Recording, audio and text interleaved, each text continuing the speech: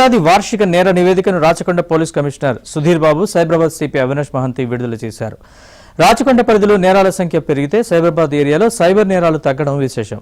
మరోవైపు క్రైమ్ ఏ రూపంలో ఉన్నా దాన్ని నియంత్రిస్తామని కమిషనర్లు స్పష్టం చేశారు. రాచకొండ కమిషనరేట్ పరిధిలో నేరాల నియంత్రణ పోలీసులకు ఎప్పటికప్పుడు సవాలుగా మారుతోంది. 2025 సంవత్సరానికి సంబంధించిన వార్షిక నేర నివేదికను రాచకొండ పోలీస్ కమిషనర్ సుధీర్ బాబు విడుదల చేశారు. గతేడాది 28,626 కేసులు నమోదు కాగా 2025లో ఆ సంఖ్య 33,040కి పెరిగింది. అంటే సుమారు 15% నేరాలు పెరిగాయి. మహిళలు, పిల్లలపై జరిగే నేరాలు ఆందోళన కలిగించే స్థాయిలో ఉన్నట్లు రిపోర్టు వివరించింది. ఈ ఏడాది మహిళలపై నేరాలు 4% పెరగ్గా పోక్సో కేసులు 1224గా నమోదయ్యాయి. కిడ్నాప్ కేసులు 579, మహిళలపై వేధింపుల కేసులు 782, అత్యాచార కేసులు 330, వరకట్న మరణాలు 12గా నమోదయ్యాయి.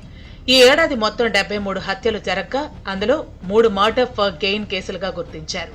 12 కీలక కేసుల్లో 20 ఏళ్ల జైలు శిక్ష పడేలా ఆధారాలు సమకూర్చినట్లు సిపి సుధీర్ బాబు తెలిపారు. 256 డ్రగ్స్ కేసుల్లో 668 మందిని అరెస్టు చేసి 20 కోట్ల విలువైన మాదక ద్రవ్యాలను స్వాధీనం చేసుకున్నామన్నారు.